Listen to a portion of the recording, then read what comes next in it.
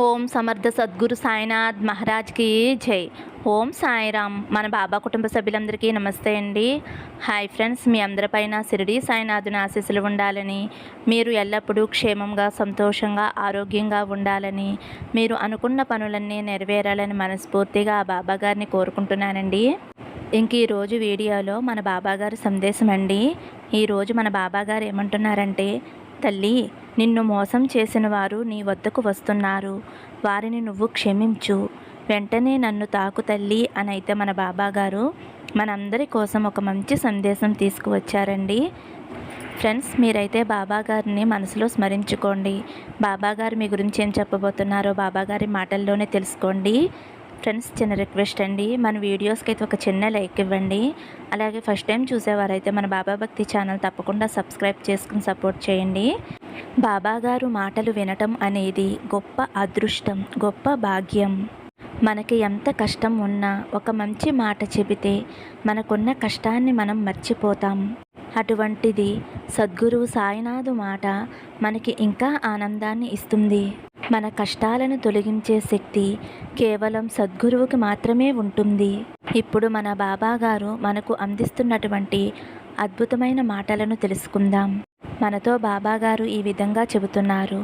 తల్లి, దిగులు పడకమ్మా, నీ కన్నీటిని తుడుచుకో. నేను ఎల్లప్పుడూ కూడా నీకు తోడుగా ఉంటానమ్మా. నువ్వు నా అనుకున్న వాళ్ళే నన్ను మోసం చేశారు అని బాధపడుతున్నావు. నిజమే తల్లి, ఇది మనసున్న ఎవరికైనా సరే బాధ కలిగించే విషయమే. అయినా సరే నువ్వు నీపై నమ్మకాన్ని మాత్రం కోల్పోవద్దు. నిన్ను మోసం చేసిన వారు కూడా నిన్ను చూసి అసూయపడేలా అటువంటి మంచి రోజులు త్వరలోనే నీకు రాబోతున్నాయమ్మా. నీకు కలిగిన భాగ్యాన్ని చూసి నిన్ను దూరం పెట్టిన వారు కూడా నిన్ను వెతుక్కుంటూ నీ దగ్గరికి వచ్చే రోజు త్వరలోనే వస్తుందమ్మా. ఇది ఖచ్చితంగా జరిగే తీరుతుందమ్మా. మరొక ముఖ్యమైన విషయాన్ని నీకు నేను చెప్పబోతున్నాను. శ్రద్ధగా విను తల్లి. నువ్వు తప్పకుండా ఈ విషయాన్ని గుర్తుపెట్టుకో. తల్లి, నలుగురు మంచి కోరుకునేవారు కొంతకాలం తాత్కాలికంగా బాధలు పడినా, కష్టాలు అనుభవించినా వారు తప్పకుండా బాగుపడతారు. కానీ బంధాలన్నీ మరిచిపోయి, బంధుత్వాలను మరిచిపోయి, తమ స్వార్థాలను తాము చూసుకుంటూ తన కోసం తను బతికేటటువంటి వారు, అలా మన బంధుత్వాన్ని ఉపయోగించుకునేవారు, మన అమాయకత్వాన్ని ఉపయోగించుకునేవారు, మేము చాలా తెలివిగా ఉన్నాము అని అనుకునేవాళ్ళు, వాళ్ళకి తెలియని విషయం ఏమిటి అంటే వారి తీసిన గోతులో వారే పడతారు అన్న విషయం వారికి అర్థం కాదు. కానీ ఇది వారికి అర్థమయ్యేసరికి వారి పరిస్థితి చేజారిపోతుంది. ఇది భగవంతుడు నియమించిన గొప్ప శాసనం తల్లి అనైతే మన బాబాగారు అద్భుతమైన సందేశం అందించబోతున్నారండి. మనం సాధారణంగా జీవితంలో మోసపోవటం అనేది జరిగితే మనం మనవాళ్ళు అని అనుకున్న వారి చేతిలోనే మోసపోతాం. ముఖ్యంగా ధనం విషయంలోనే ఎవరైనా సరే మనల్ని మోసం చేస్తారు. వారిని ఎదిరించే శక్తి అనేది మనకి ఉండకపోవచ్చు. మనం బంధు ప్రీతితో పోనీలే అని మనం వదిలేయవచ్చు. కానీ దైవం మాత్రం మంచిని మంచిగానే చూపిస్తారు, చెడుని చెడుగానే చూపిస్తారు. ఫ్రెండ్స్, మనం బాధలను కొంతకాలం అనుభవించిన బాబాగారు చెప్పినట్లుగానే ఆ బాధలు త్వరలోనే తొలగిపోయి మంచి రోజులు వస్తాయి అని మన సాయి తండ్రి మనల్ని అనుగ్రహిస్తున్నారు. బాబాగారు మనకు తెలియజేసిన మాటలలోని పరమార్థాన్ని చక్కటి కథ రూపంలో తెలుసుకుందామండి. ఎక్కడా కూడా స్కిప్ చేయకుండా వినండి ఫ్రెండ్స్, అప్పుడే బాబాగారి మాటల్లోని పరమార్థం మీకు అర్థమవుతుందండి. పూర్వం ఒకానొకప్పుడు నందికేశ్వర గ్రామం అనేది ఉండేది. ఆ గ్రామంలో రైతు వెంకటయ్య, తన భార్య సుబ్బమ్మ, ఇరువురు దంపతులు ఉండేవారు. వారు పగలంతా కూడా కష్టపడి పని చేసుకుని రెక్కలు ముక్కలు చేసుకుని ఒక పూట తినక తన బిడ్డలకి మంచి భవిష్యత్తు రావాలి అన్న ఆశతో కష్టపడి 1 ఎకరం పొలాన్నైతే కొనుక్కున్నారు. అలాగే వాళ్ళకి ఉన్నంతలో ఒక మంచి పెంకుటిల్లును కూడా కట్టుకున్నారు. వాళ్ళకి కాలక్రమంలో 3 మగపిల్లలు పుట్టారు. సుబ్బమ్మకి మాత్రం ఆడపిల్లంటే చాలా ఇష్టం. అలా ఈసారైనా ఆడపిల్ల పుడుతుందేమో అన్న ఆశతో ఒకరికి 3 మగపిల్లలు పుట్టారు. ఆ తర్వాత పిల్లలు సుఖంగా ఉండాలి అని వారు ఎంతో కష్టపడి వారు పొలాన్ని ఇంటిని కూడా బిడ్డల జీవితం కోసం సమకూర్చారు. ఇలా కాలం గడుస్తూ ఉంది. ఆ రైతు పెద్ద కుమారుడు సోముడు, రెండో కొడుకు మల్యుడు, మూడో కొడుకు లక్ష్మణుడు. పెద్ద కొడుకు రెండో కొడుకు తండ్రికి చేదోడు వాదోడుగా ఉంటూ వ్యవసాయం పనులు మెలకువలు అన్నీ నేర్చుకున్నారు. అందరికంటే చిన్నవాడైన లక్ష్మణుడు తల్లిదండ్రులకి ఎంతో గారాబం. తండ్రి చిన్నపిల్లవాడని అతనికి ఎటువంటి పనులు చెప్పకుండా తన భుజాలపై ఎక్కించుకుని కథలు చెబుతూ అతను కోరింది తినిపిస్తూ ఎంతో గారాబంగా పెంచుకున్నాడు. లక్ష్మణుడు తన తండ్రి ఏది చెప్పినా సరే కాదనకుండా చేసేవాడు. ఇలా కొన్నాళ్ళు అయ్యేసరికి రైతు భార్య సుబ్బమ్మ కాలం చేసింది. భార్య చనిపోవటంతో వెంకయ్యకు ఎంతో దుఃఖం కలిగింది. తన కష్టంలో సుఖంలో తోడుగా ఉండే భార్య చనిపోవటంతో ఆ బాధతో వెంకయ్య కూడా ఎన్నాళ్ళో బ్రతకలేకపోయాడు. కొన్నాళ్ళకి తండ్రి కూడా చనిపోవటంతో పెద్ద కొడుకు చిన్న కొడుకు ఒకచోట కూర్చుని తమలో తామే ఇలా ఆలోచించుకోసాగారు. పెద్దవాడు చిన్నవాడితో ఇలా అంటున్నాడు, ఒరే మౌల్యుడు, మన నాన్న చనిపోయాడు. మనకంటూ వారు ఇచ్చిన పెద్దగా ఆస్తులు ఏమీ లేవు. 1 ఎకరం పొలం, 1 పెంకుటిల్లు మాత్రమే మనకు ఉన్నాయి. నేను పెద్దవాడిని కాబట్టి ఆ పొలాన్ని నేను తీసుకుంటాను అని అంటాడు పెద్దవాడు. ఆ మాటలు విన్న రెండో అబ్బాయి, సరే నువ్వు ఆ పొలాన్ని తీసుకుంటున్నావు కాబట్టి అలాగే నేను కష్టపడి పొలాన్ని కొనుక్కుంటాను. అయితే నాన్న గుర్తుగా ఆ ఇల్లు నాకు ఇచ్చేసేయ్, నీవు మరొక ఇల్లు చూసుకో అని అంటాడు. ఇంకా ఆ ఒప్పందం ప్రకారం పెద్దవాడు పొలాన్ని, చిన్నవాడు ఇల్లు తీసుకున్నారు. అయితే మూడోవాడైన లక్ష్మణుడు అన్నదమ్ములిద్దరూ అలా పొలం ఇల్లు పంచుకోవటంతో ఒకరోజు వారి దగ్గరికి వచ్చి, అన్నయ్య, నువ్వు చిన్నన్నయ్య ఇద్దరూ కలిసి నాన్న ఇచ్చినటువంటి పొలాన్ని ఇల్లుని పంచుకున్నారు. మరి నాకు కూడా నాన్న ఇచ్చిన వాటి గుర్తుగా నాకు కూడా ఏదో ఒకటి ఇవ్వాలి కదా, నేను బ్రతకాలి కదా అని అమాయకత్వంగా అడుగుతాడు. ఆ మాటలు విన్నటువంటి పెద్దవాడు చిన్నవాడు కూడా ఒకరి ముఖాలు ఒకరు చూసుకుంటూ అమాయకత్వంగా నటిస్తూ, నీకు ఇవ్వటానికి మా దగ్గర ఏమీ లేదురా. నాన్న పొలము ఇల్లు తప్ప మూడో వస్తువుగా ఏమీ సమకూర్చలేదు. అయినా నువ్వు ఇంత ఆశగా అడుగుతున్నావు, నిన్ను నిరాశగా ఎలా పంపిస్తాము? నీకు కూడా ఏదో ఒకటి ఇవ్వవలసిందే. పైన అటుకు మీద నాన్న ఒక తాడు పెట్టి ఉంచేవాడు. నీకు ఆ తాడు ఏ విధంగా అయినా ఉపయోగపడుతుంది అని వెటకారంగా అటుకు వైపు చూపిస్తాడు పెద్దవాడు. రెండో వాడు కూడా అంతే వెటకారంతో, నీవు ఆ తాడు తీసుకుని వెళ్ళు అని ఎగతాళి చేస్తాడు.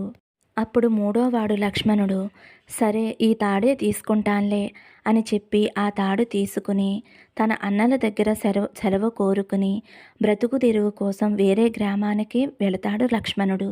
అలా లక్ష్మణుడు అన్నలిద్దరూ తనని మోసం చేసి ఒక తాడు ఇచ్చి ఏమీ ఆస్తి ఇవ్వకపోయినా ఏమీ మాట్లాడకుండా బయలుదేరి మధ్యాహ్నానికి ఒక చిన్న అరణ్య ప్రాంతానికి చేరుకుంటాడు. ఆ అరణ్యము చాలా అందంగా ఉంది, ప్రశాంతంగా ఉంది. పొద్దుటి నుండి నడిచి చాలా అలసిపోతాడు మూడోవాడు లక్ష్మణుడు. కానీ తన అన్నలు తనకు చేసిన మోసాన్ని తలుచుకుని ఎంతో బాధపడతాడు. అయితే అక్కడే కూర్చుని తన అన్నలు ఇచ్చినటువంటి తాడుతో ఉచ్చులు పన్ని అక్కడే పెడతాడు. కొంతసేపటి తర్వాత ఆ ఉచ్చులోకి ఒక ఉడత, ఒక కుందేలు వచ్చి చేరుతాయి. ఉచ్చులో చిక్కుకుపోవటం వలన అవి ఎటూ పోలేక వాటిలోనే ఉండిపోతాయి. ఆ రెండింటిని చూసిన లక్ష్మణుడికి చాలా సంతోషంగా అనిపించింది.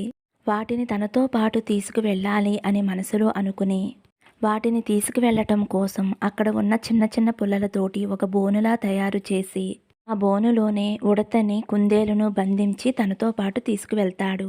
ఇలా కొంత దూరం లక్ష్మణుడు నడిచేసరికి పొద్దుటి నుంచి ఏమీ తినకపోవటంతో చాలా నీరసంగా అనిపిస్తుంది.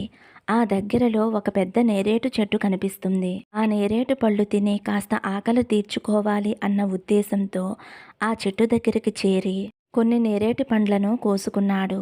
ఆ చెట్లుకి దగ్గరగానే ఒక పెద్ద సరస్సు ఉంది. అది చాలా పెద్ద సరస్సు. ఆ పళ్ళన్నీ కూడా కోసేటప్పుడు కొన్ని ఆ నేలల్లో పడిపోతాయి. వాటిని తిన్న తర్వాత తన దగ్గర ఉన్న తాడుతో ఏదైనా ఒక పెద్ద జంతువుని పట్టాలి అన్న ఆశతో ఉచ్చు తయారు చేయటం మొదలు పెడతాడు. లక్ష్మణుడికి దగ్గరగా ఒక పొదలలో ఎలుగుబంటి హాయిగా తినేసి నిద్రపోతూ ఉంటుంది. అలా ఆ జంతువుని దగ్గరగా చూడటంతో లక్ష్మణుడికి చాలా ఆనందంగా సంతోషంగా అనిపిస్తుంది. కానీ లక్ష్మణుడు ఉన్న చోట ఆ సరస్సు అంతా కూడా ఎంతో ప్రమాదకరమైంది. ఆ సరస్సులో ఎప్పటి నుంచో జలరాక్షసుడు తన కుటుంబంతో నివాసం ఉంటున్నాడు. ఇలా నేరేడు పళ్ళు నీటిలో పడటంతో అవి నీటి అడుగు భాగంలోకి చేరటంతో జలరాక్షసుడు సరస్సు బయట ఏదో జరుగుతుంది, అది తెలుసుకోవాలి అన్న ఉద్దేశంతో ఆ జలరాక్షసుడు కొద్దిగా నేలపైకి వచ్చి ఏమి జరుగుతుందో గమనించాడు. ఆ నేరేడు చెట్టు కింద కూర్చుని లక్ష్మణుడు తాడుతో ఉచ్చు తయారు చేయటం చూశాడు. అది ఏమిటో ఆ జలరాక్షసుడికి అర్థం కాలేదు. జలరాక్షసుడు ఒక్క క్షణంలో నీటి అడుగు భాగానికి వెళ్ళిపోతాడు.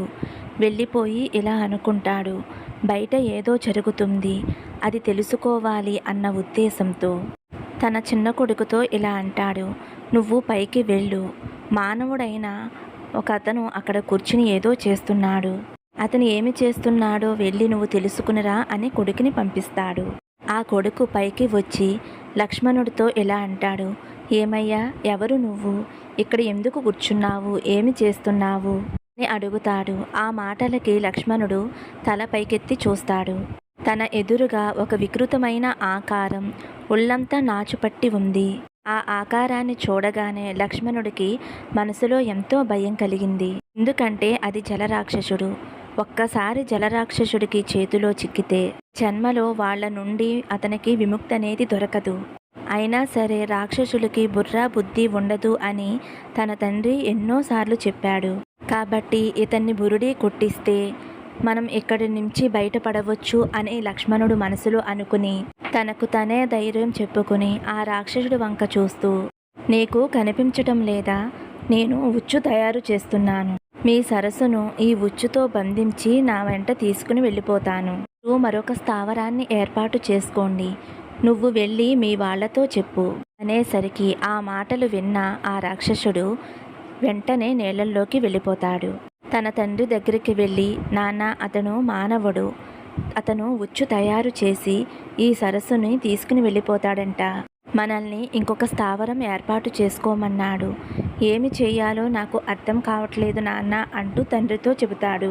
ఆ మాటలు విన్న తండ్రి రాక్షసుడు, చచ్చాం దేవుడా, ఇదేమిటి, ఆ మానవుడు ఈ సరస్సుని తన ఉచ్చుతో బంధించుకుని తీసుకుని వెళ్ళిపోతాడా, మరొక స్థావరం వెతుక్కోవాలా, ఇప్పటికిప్పుడు మనకి ఇంకొక స్థావరం ఎక్కడ దొరుకుతుంది, సరే నేను ఒక పని చెబుతాను, చెయ్యి, నువ్వు పైకి వెళ్ళు, ఆ మానవుడితో చెట్టు ఎక్కుదాం అని ఒక పందెం పెట్టుకుందామని అను, అతను చెట్టు ఎక్కగానే నువ్వు అతన్ని సరస్సులోకి తోసేయి, తర్వాత పని నేను చూసుకుంటాను అని కొడుకుని పైకి పంపిస్తాడు జలరాక్షసుడు. అప్పుడు వీరుడు పైకి వచ్చి పని చేసుకుంటున్న లక్ష్మణుడితో, ఇదిగో మానవ, నాతో పాటు ఈ చెట్టు ఎక్కు, నువ్వు గనక గెలిచినట్లయితే మేము ఈ స్థావరం వదిలిపెట్టి వెళ్ళిపోతాము అని అనేసరికి ఆ మాటలకు లక్ష్మణుడు మనసులో నవ్వుకుంటూ, నీతో చెట్టు ఎక్కే పందానికి నేనెందుకు, నా చిట్టి తమ్ముడు ఉన్నాడు, వాడితో పందెం పెట్టుకో అని తను బంధించి ఉంచిన ఉడతను చెట్టుపైకి వదులుతాడు. ఆ ఉడత బ్రతుకు జీవుడా అని అనుకుంటూ ఎదురుగా ఉన్న ఆ చెట్టుపైకి ఎక్కుతూ ఆ ఉడత ఎక్కడికో వెళ్ళిపోతుంది. రెప్పపాటు కాలంలో ఇదంతా జరగటంతో ఆ రాక్షసుడికి ఏమి చెయ్యాలో తెలియక మళ్ళీ నీటి అడుగు భాగానికి వెళ్ళి తన తండ్రితో ఇదంతా చెబుతాడు. నాన్న, నేను చెట్టు ఎక్కే పందెంలో ఓడిపోయాను, మరో మార్గం చెప్పండి అని అడుగుతాడు. ఆ మాటలు విన్న జలరాక్షసుడు, సరే, ఈసారి నీతో పరుగు పందాలకి రమ్మని చెప్పు, అతను నీతో పరుగెత్తలేడు కాబట్టి కొంత దూరం వెళ్ళాక అతన్ని ఎత్తుకుని ఈ సరస్సులోకి పాడే, తర్వాత నేను చూసుకుంటాను అని కొడుకుని పైకి పంపిస్తాడు. మళ్ళీ జలరాక్షసుడు కొడుకు పైకి వచ్చి లక్ష్మణుడితో ఇలా అంటాడు, ఇలా కాదు, ఈసారి పరుగు పందెం పెట్టుకుందాం, ఇద్దరిలో ఎవరు గెలుస్తారో చూద్దాం అని అంటాడు. ఆ మాటలకు లక్ష్మణుడు మళ్ళీ నవ్వుకుని, నీతో పరుగు పందెం పెట్టుకునేందుకు నేనెందుకు, నా బుజ్జి తమ్ముడు ఉన్నాడు, వాడితో పరిగెత్తు, నువ్వు గాని గెలిచావు అంటే నేను ఈ సరస్సు వదిలేసి వెళ్ళిపోతాను అని చెప్తాడు. మాటలకు జలరాక్షసుడు కొడుకు అంగీకరిస్తాడు. తర్వాత లక్ష్మణుడు బోనులో ఉన్న కుందేలును వదిలిపెడతాడు. ఆ కుందేలు కూడా బ్రతుకు జీవుడా అనుకుని ఒక్క క్షణంలోనే ఎటు వెళ్ళిపోతుందో వెళ్ళిపోతుంది. అది చూసినటువంటి జలరాక్షసుడు కొడుక్కి ఏమి చెయ్యాలో అర్థం కాదు. మళ్ళీ తండ్రి దగ్గరికి వెళ్తాడు. నాన్న, పరుగు పందెంలో వాడి తమ్ముడితో నేను ఓడిపోయాను. రెప్పపాటు కాలంలోనే వాడి తమ్ముడు ఎటు వెళ్ళిపోయాడో నాకు అర్థం కాలేదు నాన్న అని అమాయకత్వంగా చెబుతాడు. ఆ మాటలు విన్న జలరాక్షసుడు, దేవుడా, ఇంత కష్టం వచ్చి పడిందేమిటి? ఇప్పటికిప్పుడు మేం కుటుంబం అంతా కలిసి ఎక్కడికి వెళ్ళిపోవాలి అని మనసులో అనుకుంటాడు. మళ్ళీ కొడుకుతో ఇలా అంటాడు, సరే, ఈసారి మళ్ళీ పైకి వెళ్ళు. నువ్వు వాడిని మల్ల యుద్ధానికి రమ్మని చెప్పు. వాడు ఎలాగో ఆ యుద్ధంలో ఓడిపోతాడు అని చెప్పేసరికి జలరాక్షసుడు కొడుకు మళ్ళీ లక్ష్మణుడి దగ్గరికి వచ్చి, ఇదిగో, పరుగు పందెం వద్దు, చెట్టు ఎక్కటం వద్దు, మల్ల యుద్ధం పెట్టుకుందాము. అందులో ఎవరు గెలిస్తే వారి మాటే నెగ్గుతుంది అని అంటాడు. ఆ మాటలకు లక్ష్మణుడు, నీతో మల్ల యుద్ధం చేయటానికి నాకు సమయం లేదు. నేను ఉచ్చు తయారు చేసే పనిలో ఉన్నాను. నీకు మల్ల యుద్ధం చేయాలి అన్న కోరిక ఉంది కాబట్టి అదిగో ఆ పొదలో మా ముసలితాత పడుకుని ఉన్నాడు. వెళ్ళి అతన్ని కదిలించు పో అని అంటాడు. ఆ మాటలకు ఎంతో ఉత్సాహంగా ఆ రాక్షసుడు కొడుకు ఆ పొదలలో ఉన్న ఎలుగుబంటి దగ్గరికి వెళ్ళి కదిలిస్తాడు. కదిలించేసరికి ఆ ఎలుగుబంటికి కోపం వస్తుంది. ఆ కోపంతో జలరాక్షసుడు కొడుకుని పొర్లించి ఆ ఎలుగుబంటి కొడుతుంది. రక్తం వచ్చేలా ఒళ్ళంతా గీరేస్తుంది. ఆ బాధ తట్టుకోలేక జలరాక్షసుడు కొడుకు మళ్ళీ నేలల్లోకి తన తండ్రి దగ్గరికి వెళ్ళిపోతాడు. నాన్న, ఆ కుర్రవాడు తాతట నన్ను దొర్లించి కొట్టాడు. బ్రతుకు జీవుడా అని నేను వచ్చేశాను. నాన్న, ఇక మనం అతనితో పోరాడలేము. ఈ సరస్సు వదిలి వెళ్ళిపోవలసిందేమో అని అంటాడు రాక్షసుడు కొడుకు. ఆ మాటలు విన్న జలరాక్షసుడికి ఏమి చేయాలో అర్థం కాక తలపట్టుకుని కూర్చున్నాడు. కొద్దిసేపటికి జలరాక్షసుడు తన కొడుకుతో ఇలా అంటాడు, నువ్వు ఒక పని చెయ్యి. అతని దగ్గరికి వెళ్ళి నీకు ఎంత ధనం కావాలో అని అడుగు. అంత ధనం ఇస్తే వెళ్ళిపోతాడేమో అడుగు చూడు అని చెప్తాడు జలరాక్షసుడు. అప్పుడు కొడుకు మళ్ళీ లక్ష్మణుడి దగ్గరికి వచ్చి, ఇదిగో బాబు, పరుగు పందాలు కొట్టుకోవటాలు ఇవేమీ వద్దు. నేను ఒక మాట చెబుతాను, వింటావా? మనం రాజీకి వద్దాం. నీకు ఎంత ధనం కావాలో చెప్పు, మా సరస్సు వదిలి వెళ్ళిపో అని అంటాడు. ఆ మాటలకి లక్ష్మణుడు లోపల సంతోషపడి, సరే అయితే అని తన నెత్తి మీద ఉన్న టోపీ తీసి అక్కడ పెట్టి, ఈ టోపీ నిండా బంగారపు కాసులు ఇవ్వండి, ఇక్కడ నుండి వెళ్ళిపోతాను అని అంటాడు. అప్పుడు అతను తండ్రి దగ్గరికి వెళ్ళి చెబితే, సరే అని ఇక్కడ ఉన్న ధనం పట్టుకెళ్ళి ఇవ్వు అని అంటాడు జలరాక్షసుడు. ఇంతలో లక్ష్మణుడు ఏం చేస్తాడంటే, చిన్న గొయ్యిగా తీసి తన దగ్గర ఉన్న టోపీకి చిన్న బెచ్చం పెట్టి ఆ గుంటలో పెడతాడు. ఇంతలో జలరాక్షసుడు కొడుకు ఒక కుండ నిండా బంగారు నాణాలు తీసుకువచ్చి ఆ టోపీలో పోస్తాడు. కానీ ఎంతకీ కూడా ఆ టోపీ నిండదు. అప్పుడు ఆ రాక్షసుడికి ఏం చెయ్యాలో తెలియక అయోమయంతో మళ్ళీ తండ్రి దగ్గరికి వెళ్తాడు. నాన్న, తీసుకువెళ్ళిన బంగారపు నాణాలు సరిపోలేదు అంటే, సరే ఇంకో కుండ తీసుకెళ్ళు అని తండ్రి అనేసరికి ఆ కొడుకు మళ్ళీ ఇంకో కుండ తీసుకుని పైకి వచ్చి ఆ లక్ష్మణుడు పెట్టిన ఆ టోపీలో పోస్తే అప్పుడు నిండుతుంది.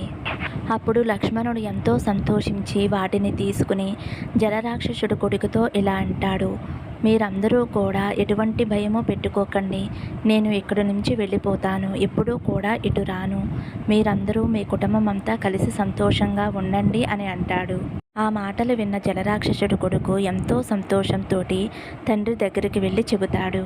తర్వాత లక్ష్మణుడు తన దగ్గర ఉన్న నాణాలన్నీ ఒక మూటగా కట్టుకుని అక్కడి నుంచి బయలుదేరతాడు. కొన్ని రోజుల తర్వాత తన గ్రామానికి చేరుకుని తన గ్రామంలోనే ఒక పెద్ద భవనాన్ని ఏర్పాటు చేసుకుని కొంతమంది పనివాళ్ళను కూడా ఏర్పాటు చేసుకుని ఒక అందమైన అమ్మాయిని కూడా వివాహం చేసుకుంటాడు.